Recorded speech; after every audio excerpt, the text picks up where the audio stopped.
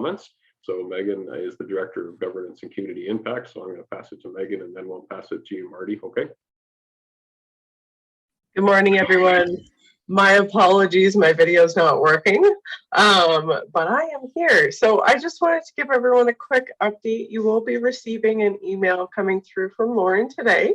Over at United Way, we're excited to be launching into our next 3-year impact funding application process. So you'll get lots of details on that. It includes impact funding guidelines, and the dates that the funding would be available, all of those details. If you are an organization that maybe this doesn't apply to, but you received the email, we're just asking if you have time to be able to share that out with any of your contacts as well, because we really want to make sure we're reaching all of the organizations and groups in Huron and Perth.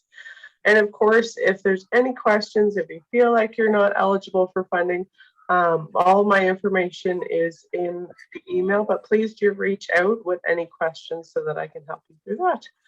But we're very excited to be able to launch into those funds again this year. And that would be, I should clarify, that would be for funding starting April 1st of 2023.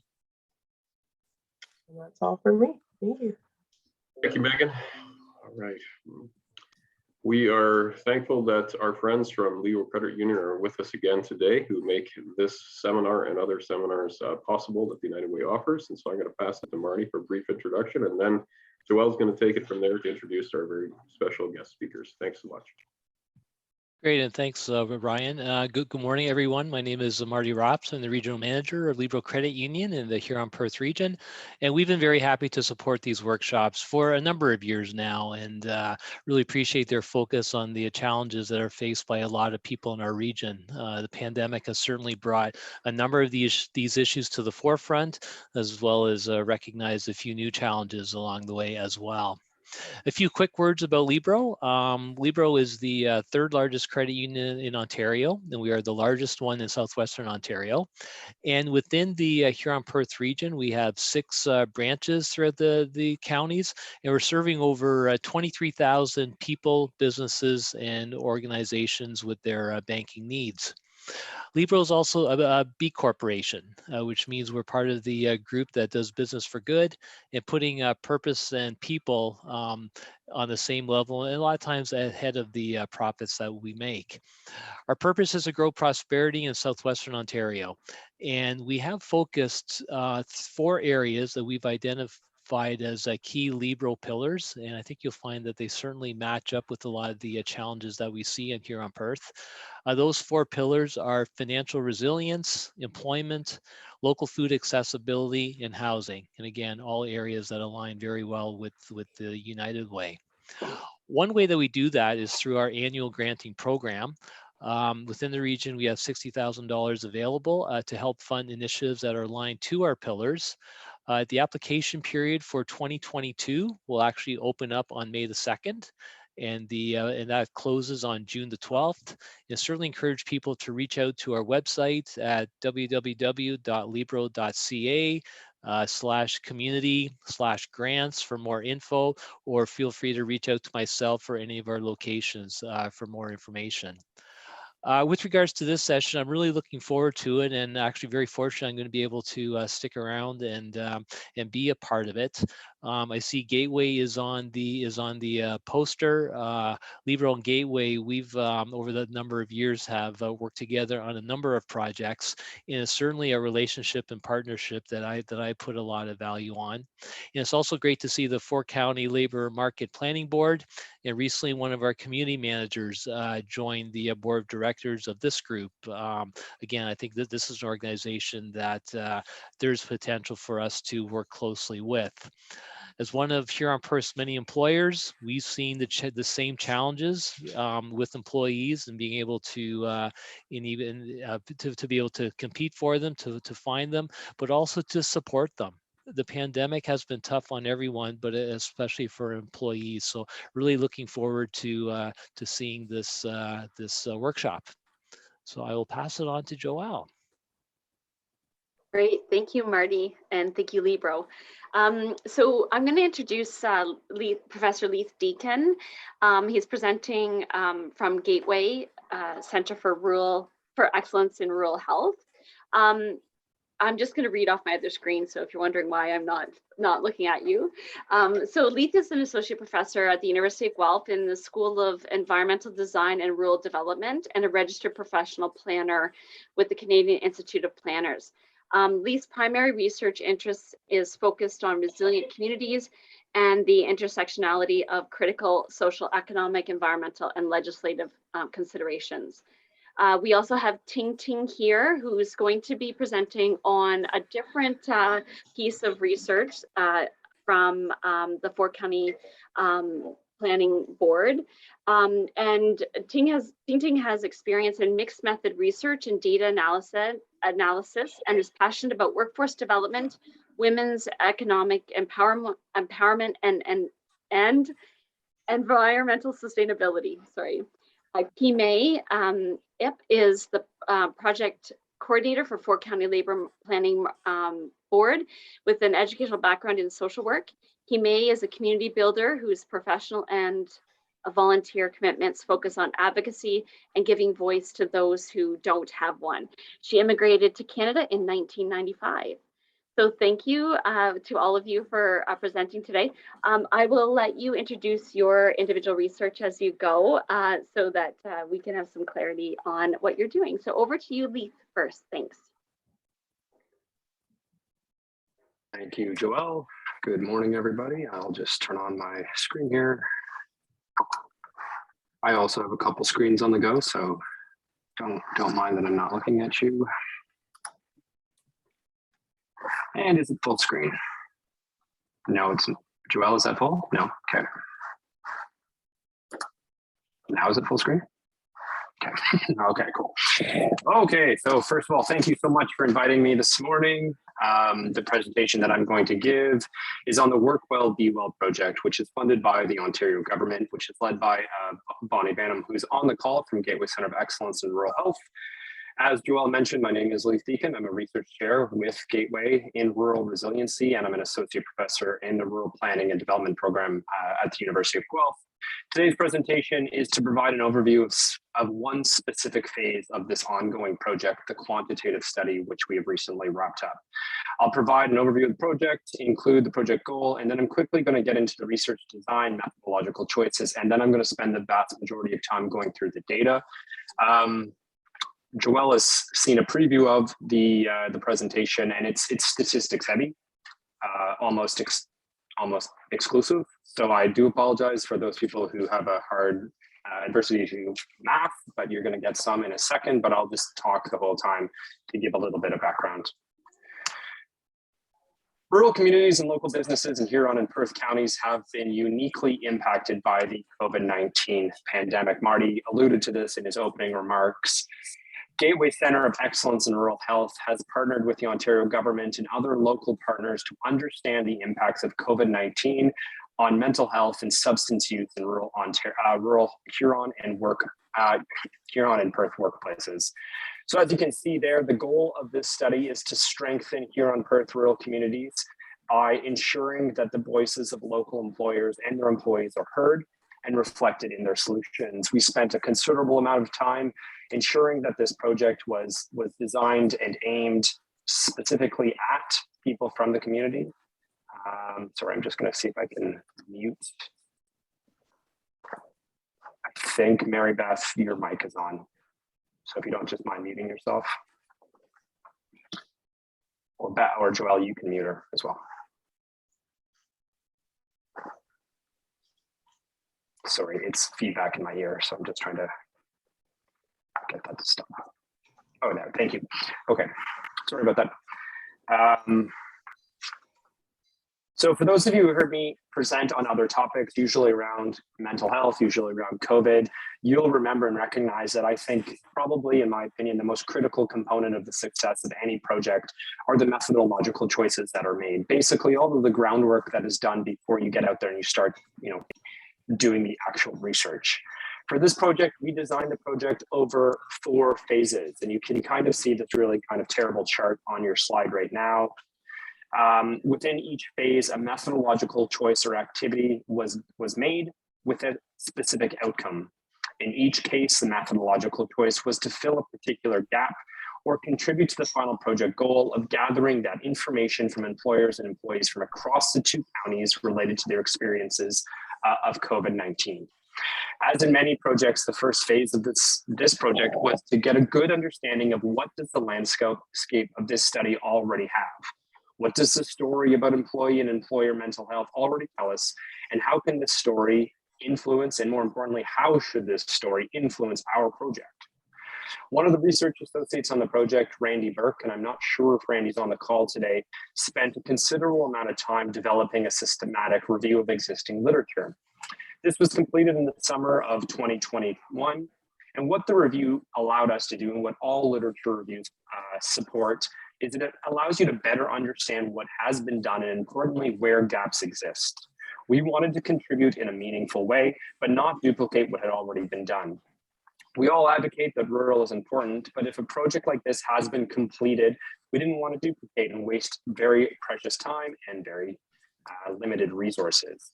So from this review, we identified that not a sufficient or significant amount of work had been completed that examined the impact of COVID on the mental health and substance use of both employees and employers. I can speak for myself. I've done a fairly large project that's looking at mental health at a residential level, but without really diving down into the differences in the role of resources and supports that employees need and that employers provide. Critically from that critically from that review, we identified that we could focus on one specific area. We wanted to make sure the rural lens in particular was included, as that specific examination had not been completed that we found. Were services being accessed, and what services were being accessed? Why were services not being used? And importantly, was there a service that was missing? Now, not all of these questions are going to be addressed here. I'm presenting on the quantitative survey, and when you're developing a project, you need to make sure that you tailor the methodological choices to the type of information that you're looking to gather.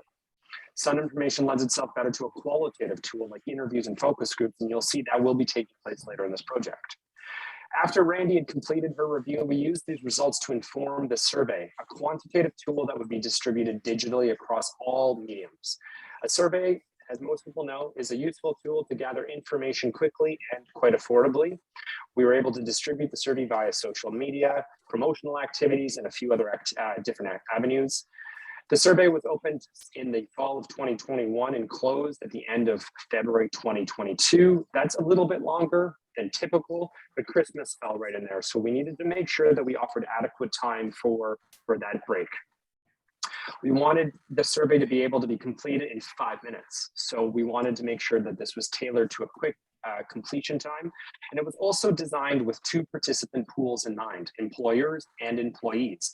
We used logic questions that funneled a participant depending on how they self-identified into particular streams. So for example, if I completed it as an employee, the questions that subsequently followed that identification were all about you as an employee, as opposed to if Ryan Erb completed it and he's an employer. All of those questions were designed with keeping that in mind. In total, we received just over 550 responses, and that's what I'm going to talk about today.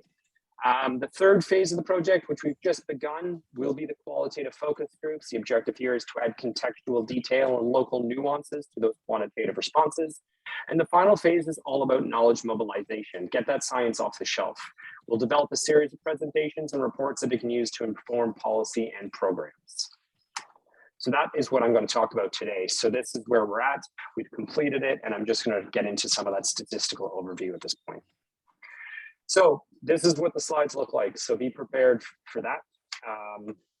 I know for people who've heard me talk, I really love statistics. I think they're universally loved, even though people claim that they don't like them. The reality is that we understand numbers, and it's really helpful to see percentages, to see how you compare, to see where you fit, and to see how people self-identify or self-recognize answers to particular questions. So today's answer is, our presentation is all quantitative. I wanted to give some more details about who participated in the survey because this ultimately sets the tone and sets the validity of the entire project. As we said, or as I said, we received 554 completed survey, which is a decent sample size. What I mean by that is for most categories, we're able to make some statistically significant conclusions. As you can see, the largest A cohort was 50 to 59, but what's really important is the near distribution, even distribution across most age categories. What I mean is everybody from all cohorts participated. We weren't heavily skewed one way or the other, which is really, really critical. I was pleased with this as there's a tendency for, oh, Nancy, hey, Nancy, can you turn your microphone off?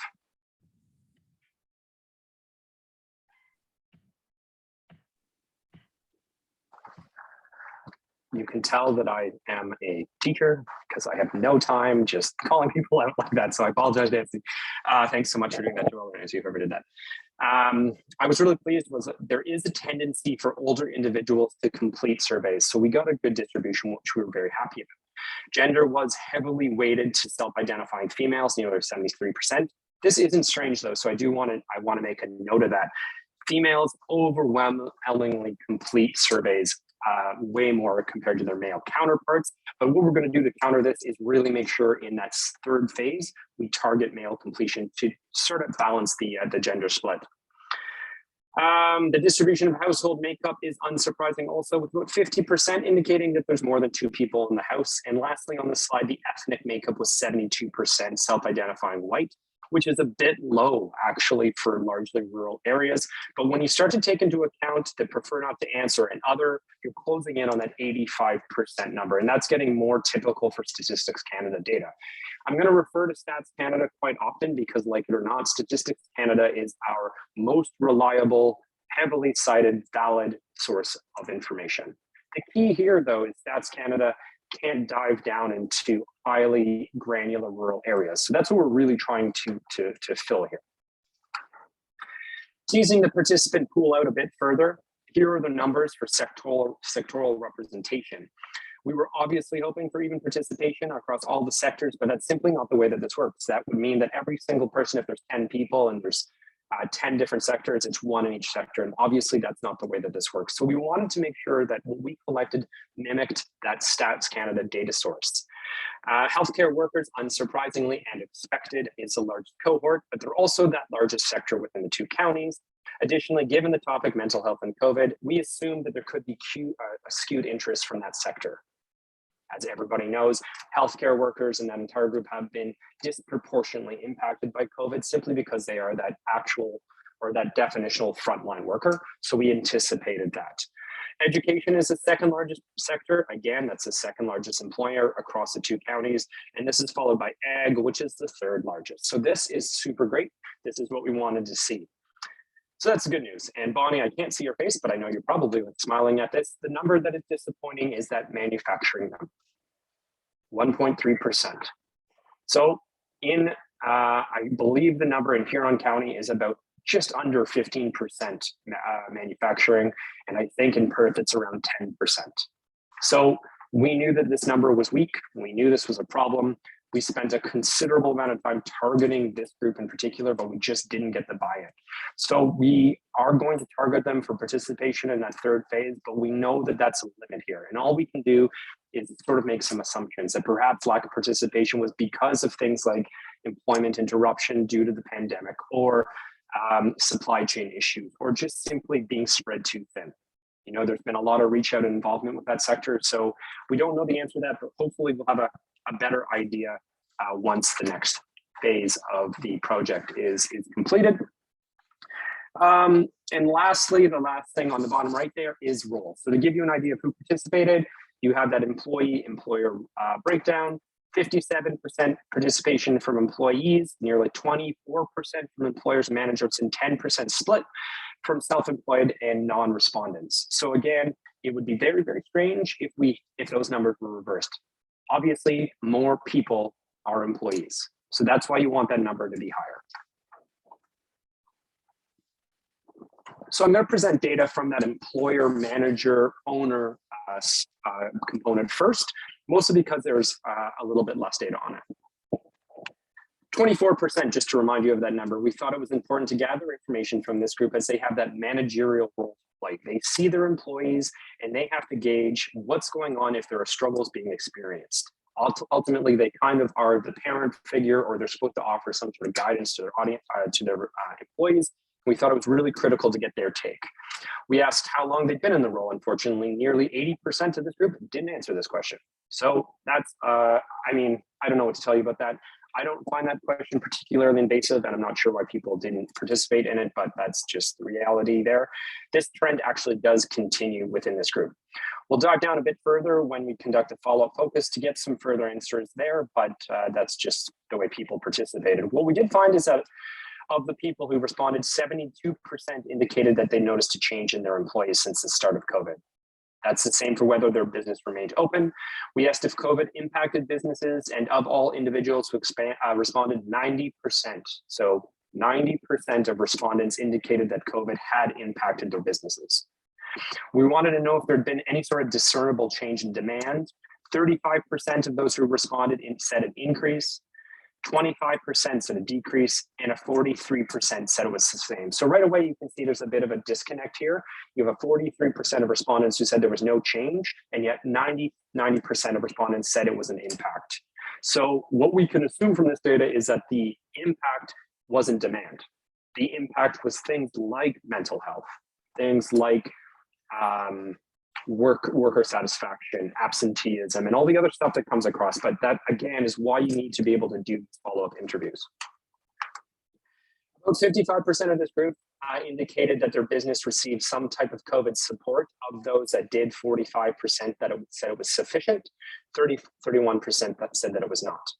Most that did receive support said it was for investment into COVID protocols. We assume personal PPE and so forth, and as well as avoiding layoffs.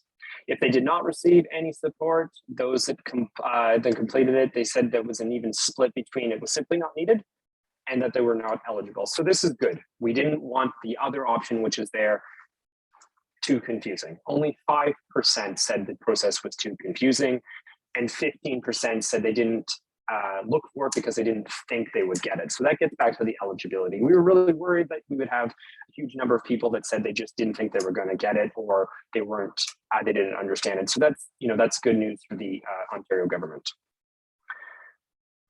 We asked what employers noticed, what changes in their employees since the start of the pandemic. As you can see, the largest was around that stress and anxiety. 13.4%. There was a change in work habits at 10.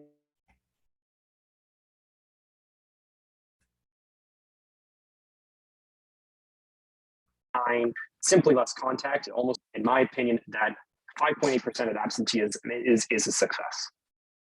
I absolutely expected that number to be higher. I just got a little warning that my internet is unstable. Not sure. There's nothing I can do about that. So we're just going to have to. I'm also rural. It's just part of the luck. Jumping over to employees who did participate. So these are getting into the people who are employed.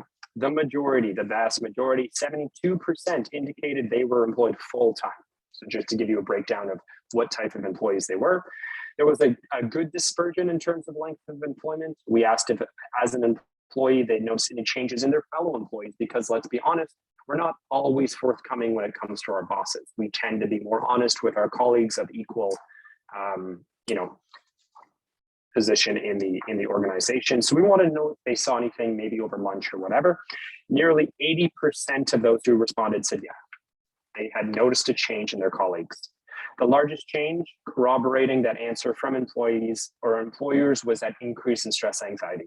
Again, this isn't really shocking. We know that COVID has been anxiety inducing, it has caused stress, but without the data to back those conversations up that we've been having at our various places, it's sort of hard to have an idea of how bad it is. So again, 80% said that they'd noticed something.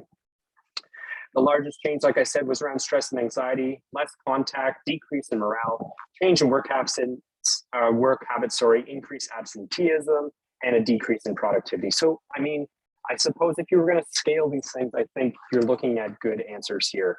You wouldn't want a huge decrease in productivity or an increase in absenteeism, which doesn't seem to be the case. But the big asterisk here is mental health and anxiety. There needs to be a full recognition how serious this became for employees and what type of support is useful and would be helpful for this group. Oops, sorry. Oh, sorry. We asked, I just want to go back to one slide. I missed something here. Fear of exposure. Yeah. So we asked an additional question. What were their COVID-related employment concerns? And the largest answer was fear of exposure, which is really interesting because getting into what employers were doing to protect their employees, this speaks right to that. So what investments were employers making to protect and keep their employees safe? And I think that is really, really important. But again, as I mentioned earlier, the majority of funds was used to support that. So this is great. It would be, that's what you kind of want to see in this data.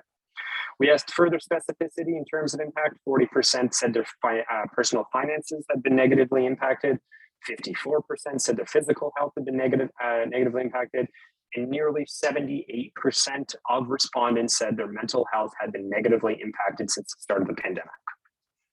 So just to bring that home again. So it's clear. According to our data, employees have experienced negative impacts from the pandemic, but are they accessing support? We were really hoping that the answer would be massive. Yes, they are out, they're reaching out, they're trying to access the services and programs and policies that are available to help them. We asked, and 29% said they'd looked, they'd asked, they'd sought help. Okay, so that's 30%, or sorry, that's 70% of people had not accessed support. So I'm really happy for the 30% who had accessed it, and I hope that those services were useful, but there is a need to recognize what about the 70% that did not? What's going on there? Divided by gender, 85% of people who asked for help were female. This is, again, not surprising. I think most people on this call are familiar with the research and the data around male suicide rates. It's really, really critical that this conversation starts to happen more often, that supports are tailored to a male group to make sure that male employees understand it's okay to ask for help, and what type of supports this group needs to be further understood. Only 15% of those who sought help were males, 15%. 70% who said they asked for help said the services were beneficial. So that's another part of the story here. If you ask for help, 70% said it was useful. It would be really wonderful if it was 100%. So I think we have to have a couple conversations here about what are we doing, what are we offering? And for that 70% that said it is useful, tell your friends, tell your colleagues. There's no shame in asking for a little bit of help here. Everyone needs it. The respondents who received formal support, 30% accessed it privately. 24% was provincial. Only 19% was offered through their employer. That's also concerning, okay? And 15% pursued it informally on their own. Of those who did not seek support, the reason, 50% said, I prefer to do it myself. The reality is when we say that, we end up asking our friends and our families and our loved ones. We put that added stress and anxiety on those groups, which are already experiencing it, and they're not professionally trained. So by ensuring that the services and supports are available, understood, accessible, with no negative stereotypes about asking, will increase that number. This is just your data about what type of services people access. So that's getting down, which I've already spoken to, the government, but the friends and families at 20%, that's a little bit high. Social networks at 12, or social networks, and friends at 20. This is not the way that this should go. You want to make sure you're accessing professional services. So some take-home messages here. Employees have experienced mental health impacts related to COVID. I think everybody understands that. But what is important to note here is that those responses were corroborated by employers. Employers can see that their employees are struggling. There's a recognition here. But as I said, most people, 70% are not asking for help. They are relying on their friends, they are relying on their families, and this is simply not sustainable. Those friends and families have families of their own. They have responsibilities of their own, and what you're doing is you're layering added anxiety. And they're not professionally trained. The big question here is, why are more people not accessing services, and what can be done to increase that usage? Is there a key message that needs to be included? Is there something around perception, particularly in that male group? Only 15% of males are asking for help. Anyone on this call who's heard me talk before has heard me say, rural is not a monolith. It turns out everyone in rural is not just a Caucasian male. You need to ensure that your supports are representative, useful, and reflect the realities of the people you think should use them or you're hoping should use them. And what a female needs for support is in all likelihood different than a male. And the messaging saying we have services for you needs to reflect that reality. So let's go back to that nice little chart from the beginning. What's next? We are getting into the qualitative interviews and focus groups. What this does is contextualize those answers, allow us to tease it out a bit and better understand those local nuances, particularly by sector. Why is health and why is the healthcare sector so much higher represented? Are they accessing services more? What about that manufacturing group? So we need to really tease these answers out, and taken together, we'll be able to do a little bit of triangulation and present those results in a better, more meaningful way. Thanks so much. I hope, thanks so much. There's the team, everyone down here. Pawnee, I know you're on the call. Matthew, Grace is also on the call. Randy and Cassandra, thanks so much for all your help. That's our funding agencies. And if anybody wants to contact me, there's my contact information. That's it. Thanks. Leith is going to stick around, I think. So if you guys have questions, please either pop them into the chat box or we can ask them at the end as well. Thank you, Leith. That was very interesting information. So I'm going to ask Ting Ting and Kimia. I'm not sure who's going to go first, but I'll flip it over to you guys. I will go first. Thank you. So let me share my screen.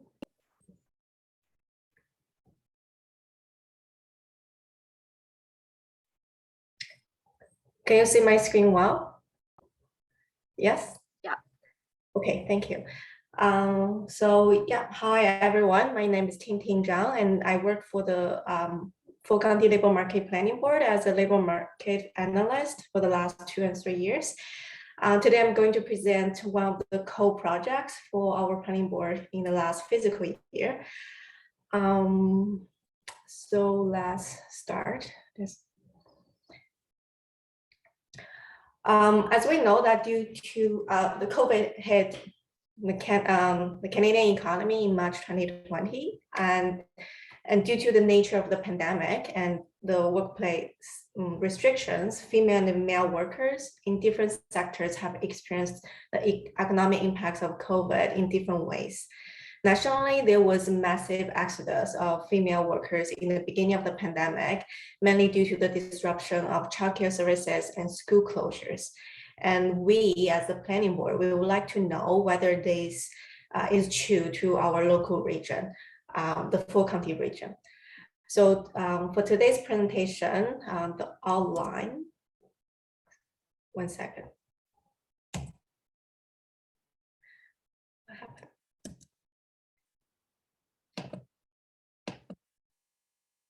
Okay, the outline goes as this. First, I will introduce the research questions for this project and what data we've used, the main findings, and also hopefully provide some recommendations. So this is our report on our website. If you're interested, feel free to read it.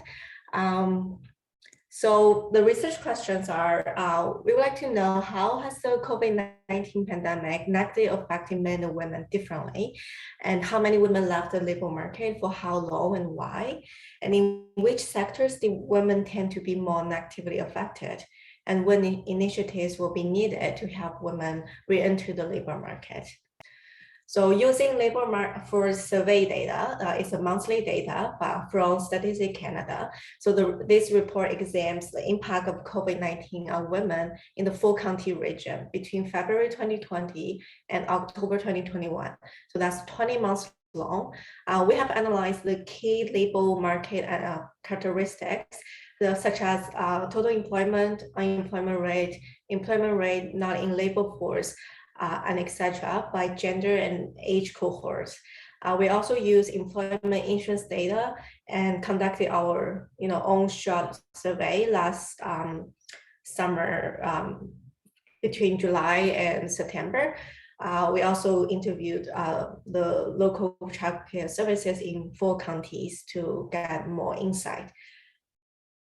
So the first key finding here is unemployment rate. So you see, before COVID hit, both female and male unemployment was pretty low. And when the first lockdown happened, and that pushed the unemployment rate rise up to the highest point of 11%. And then when restrictions were lifted in summertime, unemployment rate started to decrease, and even the second lockdown and third lockdown happened in the following months, as it did not impact local unemployment rate as much as before. Between March and October 2020, we see that the female unemployment rate was lower than that of males. And since October 2020, here is the transition point, women's unemployment rate surpasses the male unemployment rate and remained this way throughout the last year. So this relatively high female unemployment rate suggests a higher availability of female workers in the labor market. And when the second wave ended in February 2021, the female unemployment rate started to decrease, and it eventually decreased to 3% in October 2021. Looking at employment by sex, it is clear that the male employment rate has fluctuated more than female employment in our region. Sorry, this is total employment rate. In the first 6 months of COVID, like from February to August, male employment saw a sharp decrease of 11,600, and female employment experienced a relatively small decrease of 7,000. However, women saw a quick rebound of employment in the spring of 2021, bringing their employment beyond the pre-pandemic level in April 2021. Since then, female employment remains higher than its pre-pandemic level. So in October 2021, it was 1,200 higher than February 2020. So although we see, women's employment fully rebounded from the pandemic, this does not reflect the whole story, because women have been disproportionately impacted by the pandemic, and many of them have left the labor force. So we need to look at not in the labor force data. Ever since the pandemic's onset in March 2020, there were about 11,700 women added to the not in the labor force category from February to October 2020. From this data, we can see that employment losses among women during the initial phases of the pandemic were more severe than what was seen from the lens of unemployment. That is, people who still actively look for work. So in the first 6 months of COVID, the Stratford Bruce Peninsula Economic Region saw nearly 4-to-1 ratio of women leaving the labor force compared to men. In other words, for every man left the labor force, there were 4 women withdrawing from the workforce. In some months, such as March and June 2020, women accounted for 100% of the increases in the number of people who are not in the labor force. Therefore, women were more likely to leave the workforce than men, which put them at a higher risk of long-term job separation and future wage penalties. By October 2021, there were still 9,500 more women. That was an 18.8% increase who reported not being in the labor force compared to the pre-pandemic level. In contrast, only 600 more men reported not being in the labor force compared to February 2020. Yeah, I should show that earlier. In terms of full-time employment by age cohort, the largest gain came from the 15 to 24 years age cohort, with an increase of 4,900 workers between February 2020 and October 2021. For male full-time workers, the largest loss came from the 25 to 44 age cohort, with 3,900 fewer workers compared to February 2020. In the meantime, males age 45 to 54 experienced the most gain, with 1,900 more full-time workers. For female, the number of female youth surprisingly increased the most by 5,200.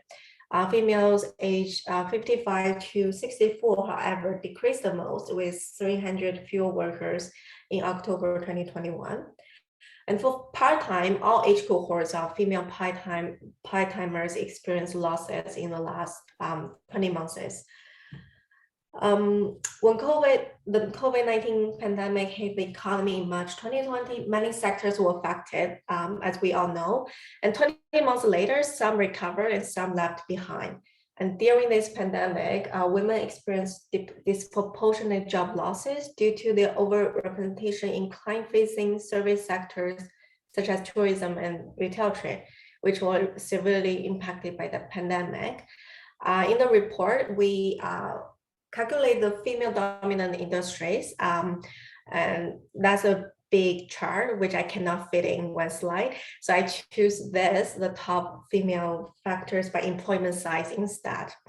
So educational services is the largest female dominant industry, with 89% of workers, of its workers as female. It experienced increases in female employment in March and April 2020. With changes to online learning, its employment level has been relatively stable. Compared to February 2020, female employment in this industry has almost recovered to the pre-pandemic level, with only 300 differences. Healthcare and social assistance was the largest female sector by size, the second by share. Female employment in this sector has fully recovered from the pandemic in October 2021. While the employment level in this sector remains high, the shortage of healthcare workers is always a concern for our region. The almost 2-year battle against COVID-19 has increased the workload of healthcare workers, and staff are weary. This has made both retention and recruitment in this sector even more difficult during COVID. Among female dominant industries, accommodation food services, not surprisingly, was hit the hardest by the pandemic. It was still 3,300 below its pre-pandemic level, or 53% less in October 2021. So when COVID hit the economy, in the beginning, the government introduced SERP in March till September to help employees. It ended in October 2020, and people started to transition back to employment insurance, ER, resulting in an increase of ER beneficiaries. After August 2021, the number of ER recipients decreased over time. So one possible reason is that most recipients who started to claim in October 2020 have reached the maximum number of weeks of receiving ER. So for that reason, we choose February 2020 and August 2021 to do a comparison. So from the change in regular ER benefits, which caused by permanent layoffs between February 2020 and August 2021, the number of women receiving regular ER benefits rose by 3,920, that's 400% increase. While for men, there was an increase of only 110. And according to the government of Canada, ER benefits include regular benefits and other benefits, such as sickness, fishing, maternity and parental caregiving benefits, and leave and self-employed. As a result, analysis on other benefits may tell us how many men and women receive benefits due to caring responsibilities and sick leaves. So that's what we did. So in August 2021, women accounted for a larger proportion of other benefits recipients in all age groups compared with their male counterparts.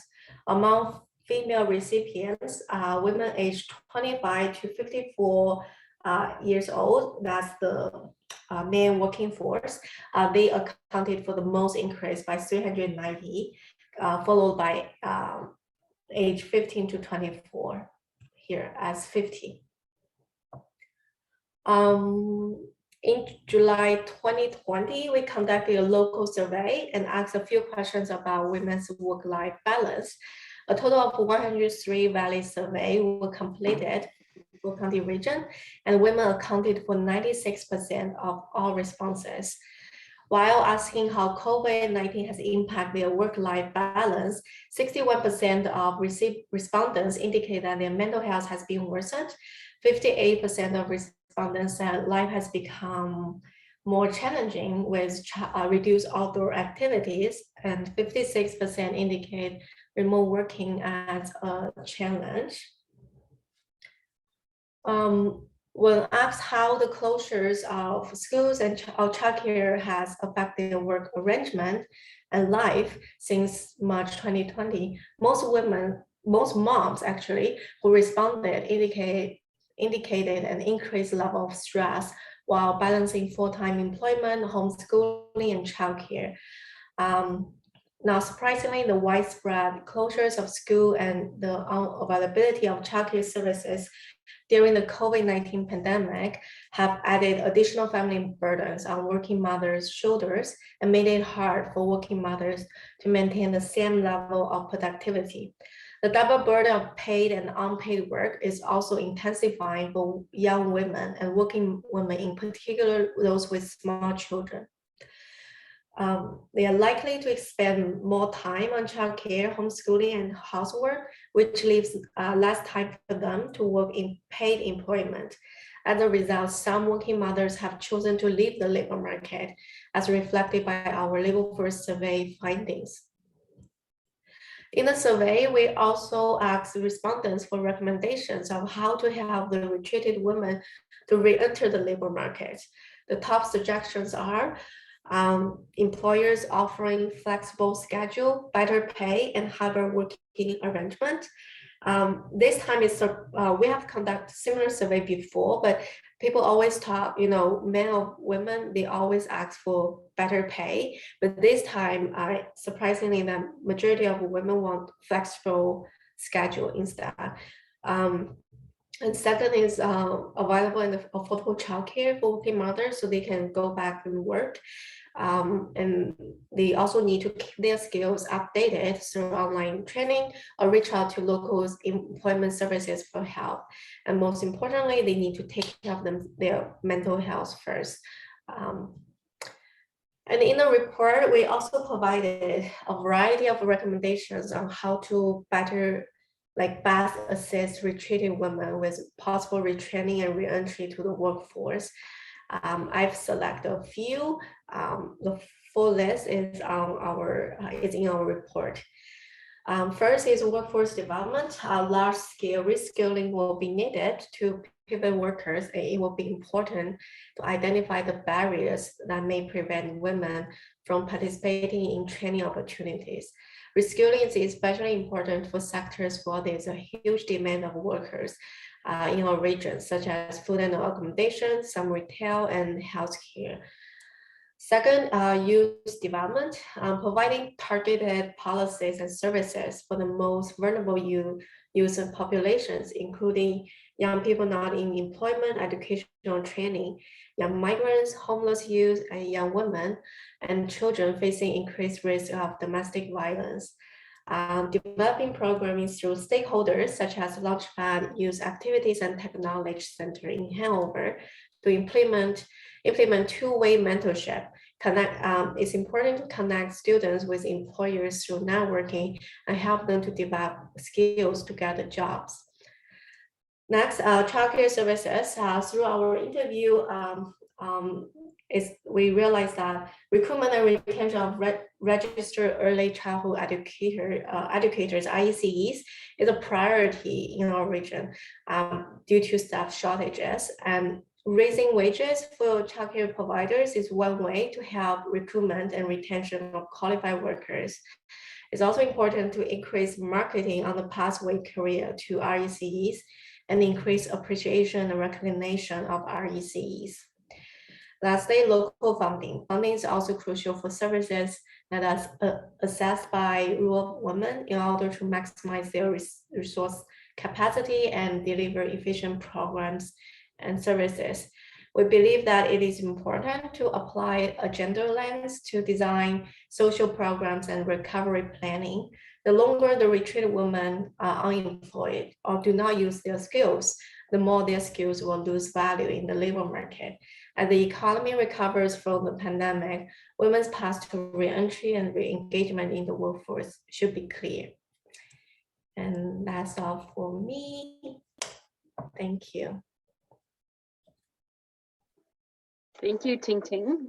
This is great. So please put comments or questions, in the chat box as we go, so we don't forget the questions as they come up. And I'm going to pass it over to Kimei. Thank you, Joelle. And I'm just going to take a couple seconds to set up my my screen share here.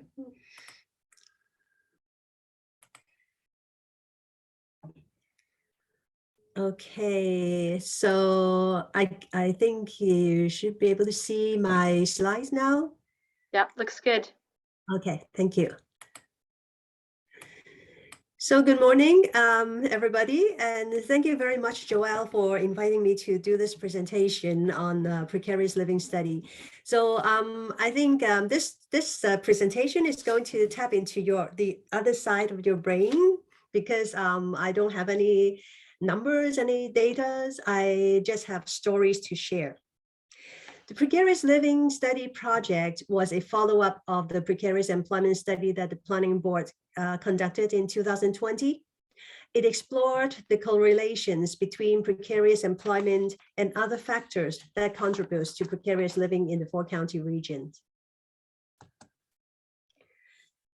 Interviews and focus groups were conducted with 70 service providers and 15 individuals with a lived experience to identify the kinds of precarious employment that the local labor workforce is engaged in, who are most vulnerable to precarious employment in our region, how precarious workers may end up in precarious living situations, what supports exist and what supports are missing, and ways to address precarious employment and precarious living.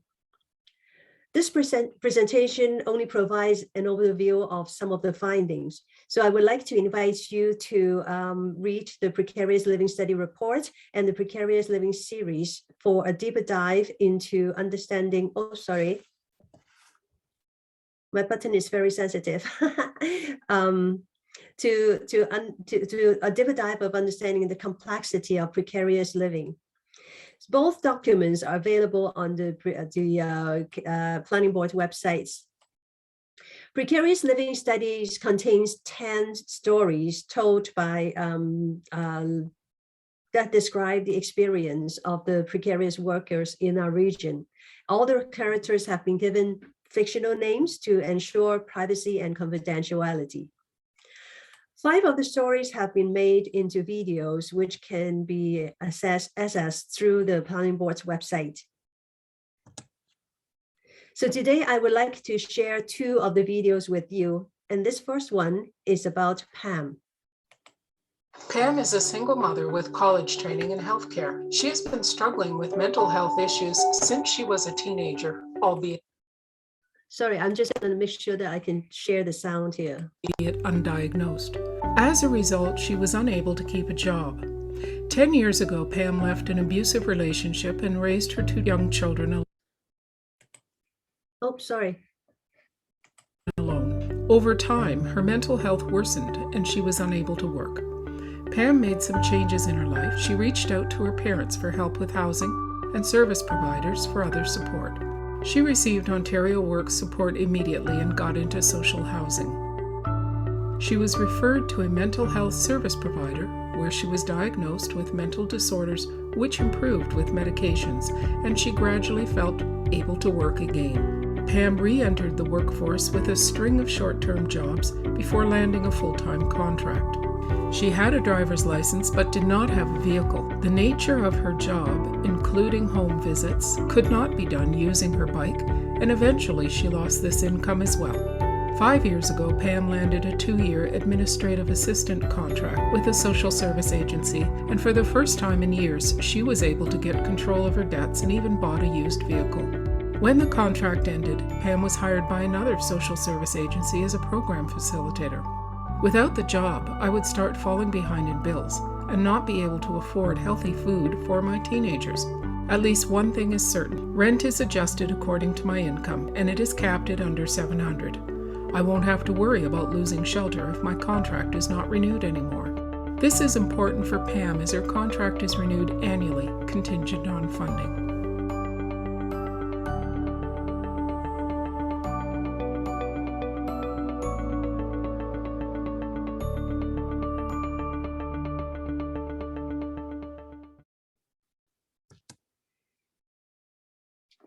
According to the Government of Canada, precarious employment has 3 dimensions: income security and opportunity. Our study shows that local workforce is engaged in a variety of precarious work. The common thread among them is low or inconsistent income. In the case of seasonal workers, contract workers, and self-employed individuals, that includes the lack of or insufficient EI, paid sick days, and maternity leave, etc. It is easy to see that the first 4 kinds of employments on the list provide very limited or low job security. Unfortunately, the rising demand of food banks and other local food security programs by full-time and part-time workers reflects that some permanent employments do not provide security anymore. When a worker has to work several low-wage jobs to earn enough income to cover their basic expenses, they cannot afford the time and money for training. Workers who are self-employed or doing casual or on-call jobs also cannot plan or train for training or education for upgrade. Those are just 2 examples of how precarious employment poses barriers to opportunity for career advancement. Our study found that certain groups in the region's population are more vulnerable to working and living precariously. What these groups have in common is the lack of support for career opportunity and advancement because of personal barriers like low education and disabilities, and or systemic barriers that are rooted in biases and discrimination.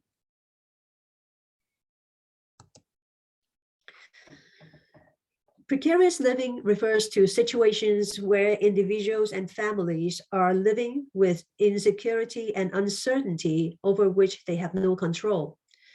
They cannot foresee how tomorrow will unfold, whether they will still have a shelter or job, or can put food on the table.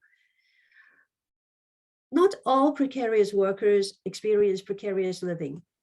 For example, an individual with precarious employment may not be living precariously if their spouse has a stable, livable income.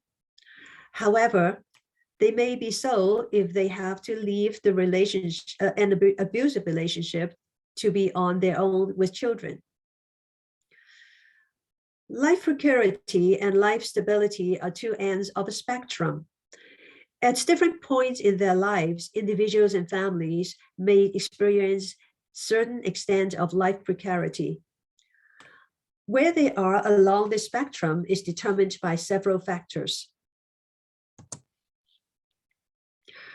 Our study found that precarious employment, housing insecurity, mental health concerns, transportation barriers, and the lack of support are the 5 key contributing factors to the precarious living situations experienced by the local workforce.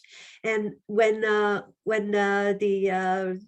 representative from the regional manager of Liberal Credit Union talked about the 4 pillars, I think it really reflects how important those are, because I think what we found as the factors that are interacting to create precarious living situations even before COVID and which is exaggerated by the COVID pandemics are exactly the pillars that they were talking about. So anyway, back to my presentation, I'm looking at my script. So this, as I said, these factors are interdependent. So without timely intervention, an individual or a family will become caught in a vicious cycle, which pulls them further away from life stability. Some precarious workers may eventually drop out of the workforce altogether, intensifying the already significant labor shortage. So at this point, I would like to share with you another story. Zhang Kang and Xu Ying immigrated to Canada with their 3-year-old child 4 years ago under the Federal Skilled Worker Program. They chose to settle in the 4-county region because of the slower pace and environment compared to the urban centers. Without adequate English proficiency, Zhang Kang decided not to go through the process of validating his skills and qualifications. However, he encouraged Xu Ying to do so. The couple decided that Xu Ying would stay home to look after their child and focus on the validation process while Zhang Kang worked. Zhang Kang worked as a laborer in several factories where he had difficulty fitting in because of language and cultural differences. He also experienced discrimination, such as being criticized for his accent and hearing rude comments about his cultural and ethnic background. Xu Ying completed the validation process 2 years ago. She soon found herself pregnant with the couple's second child. Zhang Kang's income was not enough to cover the family's expenses, and the couple has been digging into their savings. They worried that they might use up their savings before Xu Ying could return to work. Xu Ying also worried that she might face the same challenges in the workplace that Zhang Kang experienced. The couple are contemplating a move to an urban center where there is a significant population of immigrants who share their cultural and ethnic backgrounds. From communicating with people living there, they found out that some employers are immigrants themselves. Zhang Kang and Xu Ying believe that they will have a better chance getting jobs that are not entry-level and therefore recognize their skills and pay better. They also expect that they will experience much less discrimination in the workplace.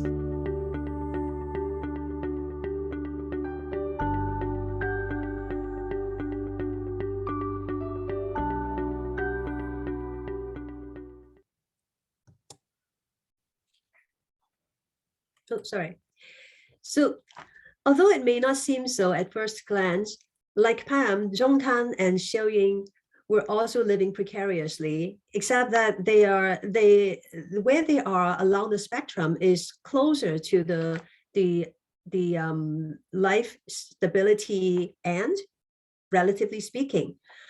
So they made a decision to move to another region where they believe they would have better career opportunities before their life situation worsened. It is our hope that the local stories that precarious living studies collected will lead to a deeper understanding of the lives of precarious workers in our region. Multiple factors need to be addressed at the same time in order to help individuals and families to regain life stability. That calls for collaboration between all stakeholders that includes service providers, employers, and the workforce. So every time I have an opportunity to present to service providers, like in this situation, I feel like that I'm preaching to the converted, because I truly understand that service providers are doing their best to collaborate, to find solutions to problem. So I think the one thing that we can all put our head together and think about is how we can empower the workforce to become their advocates, how to encourage them to connect with service providers before their situation gets so complex that is providing support become a racing game. And also at the same time, how can we involve or engage employers to really address the precarious employment and precarious living situations. So one of the United Nations 17 Sustainable Development Goals is promote sustained, inclusive, and sustainable economic growth, full and productive employment, and decent work for all. In order to achieve this goal, it is crucial to ensure that our region has a healthy and sustainable workforce by addressing precarious employment and precarious living. So thank you very much again, Joelle, for having me to make this presentation, and feel free to ask questions if you have any. Thank you. Thank you so much, Kime. That was wonderful. And Ting Ting and Leith, this is really great information. And also you can see how I have a lot of questions around how the information actually pertains to each other a little bit too. So, but very helpful. I wanted to open the floor to questions. And in doing that, I'll also pass it over to Ryan to manage the questions as they come in.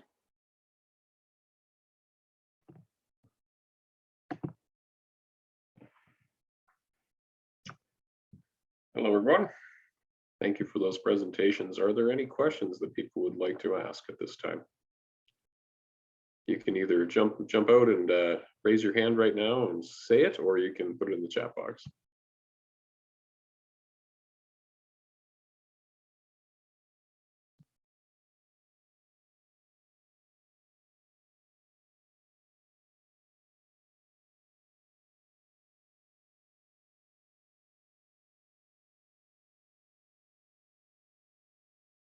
Quiet bunch today.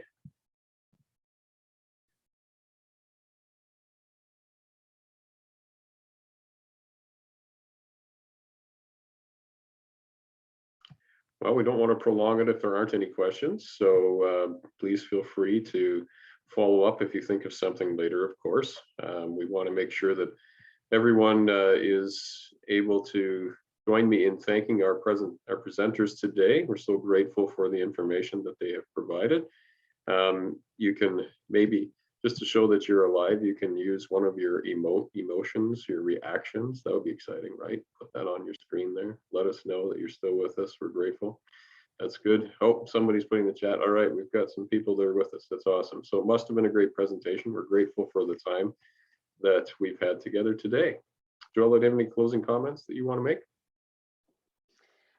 The only thing to flag for everyone is that the next meeting will be on April 26th, and it will be a conversation cafe. So more information on that coming up. Okay, please continue to join us. Much thanks to our friends at Libro for sponsoring this event and many others. Grateful for that support and grateful that we were able to get together today. So thankful for the presenters and what you've provided for us, enriching our understanding of the challenges that people face in our community. And we wish you all the best today and onward. Take care, everyone.